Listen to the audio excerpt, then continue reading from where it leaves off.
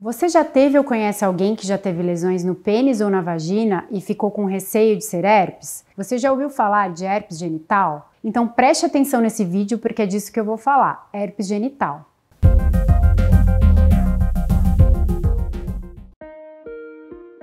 Nem todos sabem, mas o herpes genital é uma infecção sexualmente transmissível que pode ser causada por dois tipos de vírus. Herpes simplex do tipo 2, o mais comum na região genital, e herpes simplex do tipo 1, principal causador de herpes labial. Essa doença é muito mais frequente do que grande parte das pessoas imagina. Só para você ter uma ideia, pelo menos uma em cada 6 pessoas jovens tem ou já teve herpes genital.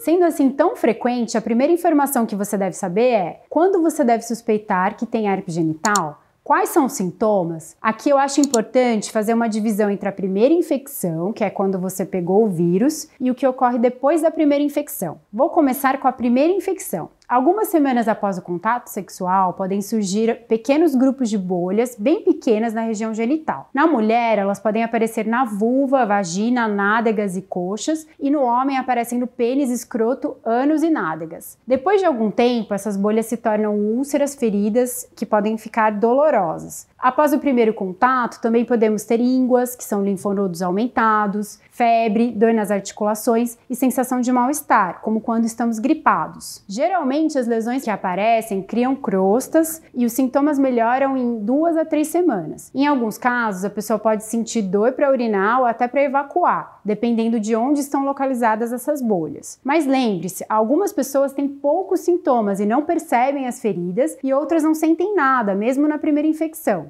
E depois da primeira infecção, o que acontece? Depois dessa infecção inicial, o vírus ele viaja por um ramo nervoso e fica em estado latente ou silencioso na base da coluna vertebral, onde fica por um certo tempo, que pode durar meses ou anos. Nesse período não sentimos absolutamente nada. E isso é importante porque você pode ter se infectado com um determinado parceiro ou parceira e só manifestar a presença da doença anos depois, quando a pessoa já está em outro relacionamento, por exemplo. Falo isso porque é motivo que gera bastante confusão, angústia e insegurança na relação. Então que fique claro, se você tem herpes genital hoje, você pode ter pego recentemente, mas pode ter pego há muitos anos e até agora não ter nenhum sintoma. Muitas pessoas podem ter um segundo episódio que tende a ser menos intenso e doloroso em relação ao primeiro, mas seguem o mesmo padrão de vermelhidão, surgimento de vesículas, que são as pequenas bolinhas, e que se unem e formam bolhas, e depois estouram e formam as casquinhas que chamamos de crostras. As vesículas ou bolhas podem aparecer na mesma região ou em outras regiões próximas ao primeiro evento. É possível, por exemplo, que surjam vesículas ao redor do ânus mesmo sem relação sexual anal. Certo, mas como que eu posso pegar esse vírus? Você pode pegar herpes genital fazendo sexo vaginal, anal ou oral com alguém que tem a doença. Se você não tiver herpes, você pode ser infectado se o vírus entrar em contato. 1. Com uma ferida ou uma bolha herpética. 2. Com a saliva, se seu parceiro tem uma infecção oral por herpes, ou com secreções genitais, se seu parceiro tiver uma infecção por herpes genital. Isso significa que ele não precisa estar com a lesão visível e nem saber que está infectado e transmitindo. 3. Com a pele ao redor da boca, se seu parceiro tiver uma infecção por herpes oral, ou com a pele na área genital, se seu parceiro tiver uma infecção por herpes genital. É importante lembrar que se você espremer ou tocar na secreção das bolhas e feridas e depois tocar em alguma outra região do corpo, você pode espalhar o herpes para essa outra região, como por exemplo os olhos. Portanto, sempre lave as mãos após tocar nas lesões para evitar que a infecção seja espalhada. Uma outra dúvida comum que acho importante destacar é que você não pega herpes de assentos de privada, roupa de cama ou piscinas, ou por tocar objetos ao seu redor, como talheres, sabonetes ou toalhas. Isso não acontece.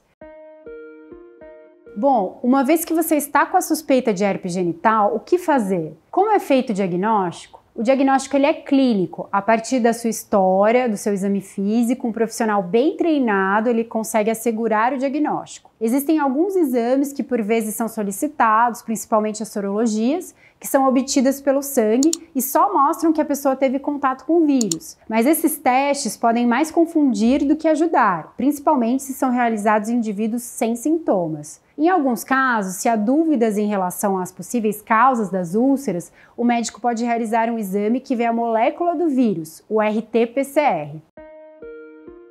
Uma vez feito o diagnóstico, vem o tratamento. Herpes tem cura? Não. Herpes genital não tem cura. O tratamento é à base de antivirais, geralmente o recomendado é o comprimido, e tem como objetivo de reduzir o risco de ter novas lesões de herpes e encurtar o período de manifestação. Como eu falei, herpes tem uma sequência: vermelhidão, vesículas, bolhas e crostras. Isso dura normalmente 10 a 12 dias. Com o tratamento, isso pode ser reduzido em 3 a 6 dias. Quanto antes começar a tratar, melhor. Aqui vale a pena destacar que metade das pessoas com herpes genital podem sentir coceira, formigamento ou dor antes desse quadro clínico, e nesse caso já podem iniciar o tratamento antes mesmo de ter todos os sintomas que eu falei.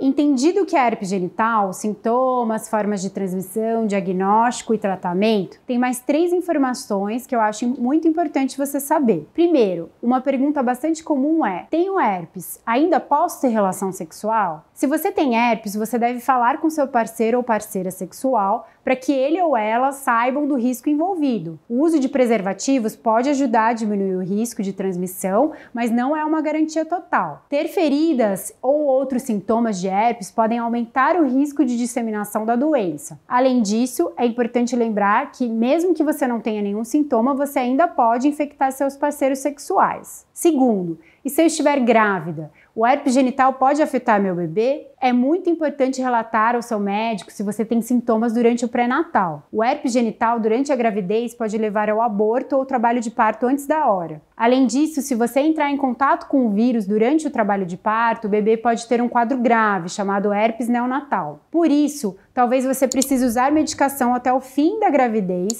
para evitar que você tenha feridas durante o parto. Caso o médico examine e haja sinais de doença durante o trabalho de parto, pode haver indicação de cesárea. Terceiro, existe alguma ligação entre herpes genital e HIV? A infecção pelo herpes pode causar feridas ou quebras na barreira da pele e da mucosa da boca, vagina, reto, o que facilita a entrada do HIV no corpo. Quando uma pessoa tem HIV e herpes genital, as chances de passar HIV para o parceiro ou parceira durante o contato sexual com a boca, vagina, ânus são maiores. E além do HIV, é importante lembrar que existem outras infecções sexualmente transmissíveis que podem ser transmitidas quando não usamos preservativos, como a hepatite B e C, sífilis, gonorreia, tricomoníase e outras. Para terminar, é importante destacar que o diagnóstico de herpes genital pode causar sentimentos como vergonha, medo de reação do parceiro ou da parceira e estresse. Essas reações são normais, mas é importante lembrar que essa condição pode ser tratada e controlada. Educação é importante tanto para o paciente com herpes quanto para o seu parceiro ou parceira,